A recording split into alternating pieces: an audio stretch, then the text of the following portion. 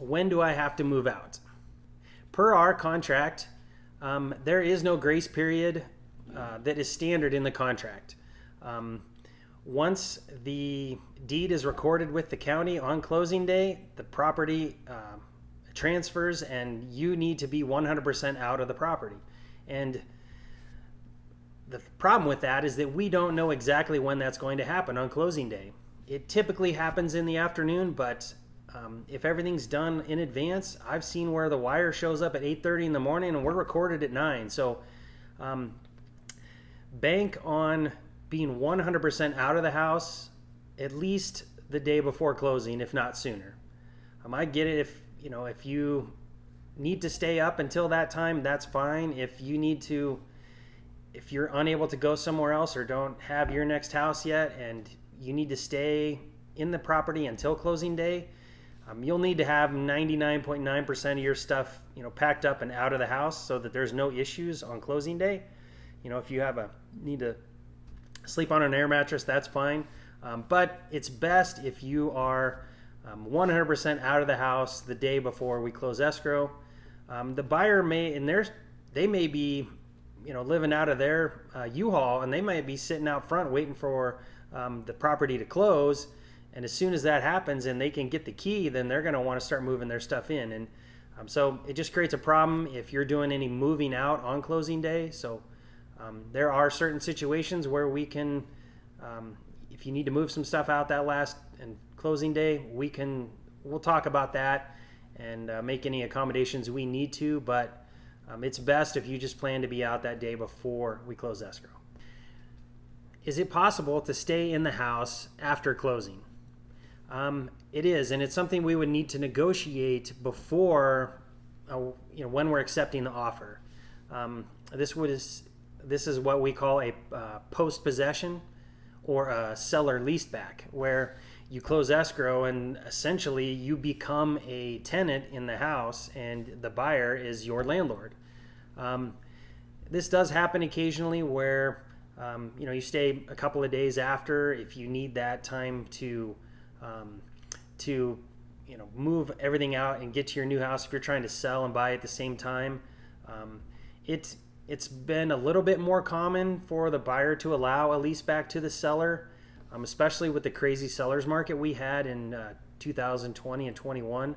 A lot of buyers were letting the seller stay for 30 to 60 days. So if you're in a situation where you need to remain in the house after closing, and we'll have a conversation about this before we even list the house on the market. That way I know what I have to be asking for from any potential buyers. If you do need to stay in the house, 30 or 60 days after closing, we're going to need to know that up front so that we can pursue a buyer that can accommodate that.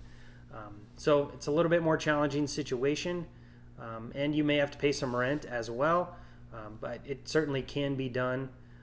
But just I need to know in advance if that's your situation. Don't come to me the day before closing and say, JD, I need 2 weeks, because that probably won't fly.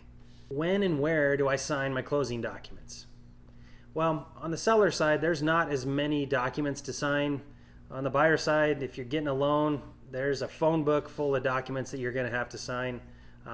As a seller, though, there's just probably a dozen different documents that you'll sign.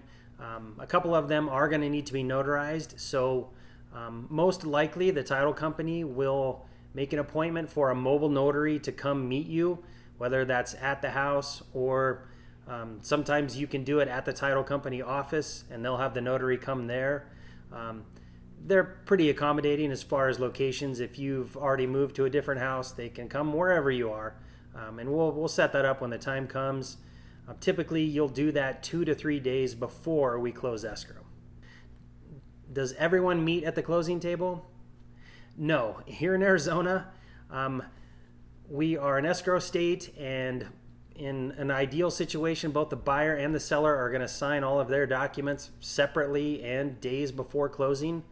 I know in a lot of states, typically ones that involve attorneys, everybody comes together at one office and sits around a big table and they close escrow. And I've heard stories from friends in those states where things can get a little hairy if, you know, whenever you're negotiating or having a transaction, if you get the buyer and seller in the same room, it's a recipe for fireworks. So we don't have that here in Arizona.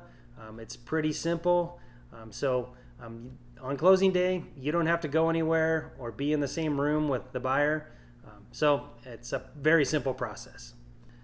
When will the buyer have loan approval? Well, if they're closing in about 30 days, typically about 5 to 7 days before close of escrow, the buyer will receive their clear to close from the lender. And what that means is that they've gone through all of their underwriting processes and they have a full loan approval. And the next step for them is to prepare and send loan documents to title for the buyer to sign. So typically that happens in that 5 to 7 day window. If the escrow is a little bit shorter, it may be happening just a couple of days before closing, which is fine. Like to have it done at least the day before we close. Sometimes it does happen that same day, but that, in my experience, leads to a delay. So I'll be doing everything. Once we're past inspections and appraisal, I'll be on the lender for updates on, hey, what's happening, where are you, what's going on, if they're seeking more documents from the buyer or whatever it is that they need on their end. I'll be pushing to make sure that they're getting this done so that we don't have any delays. When do I turn off the utilities? Well, typically the buyer's responsible for turning on the utilities in their name. I always tell my buyer clients that they need to turn the utilities on for closing day. Some buyers wait till the last minute and it doesn't get handled. So I would suggest that if we're closing on a Wednesday, you should schedule the turnoff for the following Friday. Obviously, we want the buyer to turn the utilities on in their name sooner than that.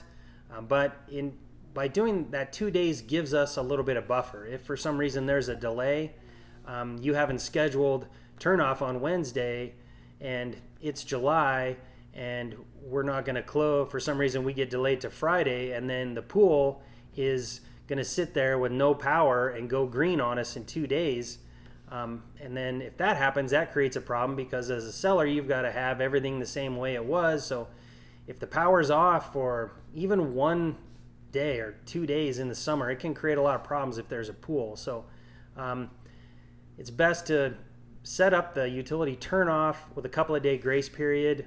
If for some reason the buyer didn't get them turned on and we closed on time, it's going to be a nominal additional cost for those extra couple of days. So plus I'll be on the buyer's agent reminding them, hey, you got to have your people set up the utilities so that we get this handled. So it won't be in a huge additional cost if you have to pay, but 2 extra days beyond the closing date is the best course of action. When do I get my money?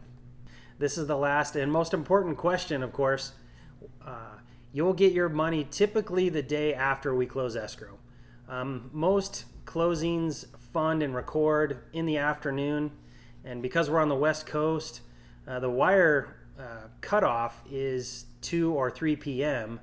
For outgoing wires. So if we close after that time, the title company's not able to wire your funds to you until the next day. So you can have funds wired to you, or if you want to pick up a certified check, they can do that as well. That takes a little bit of time to process as well. So in most situations, you will get your money the day after we close escrow.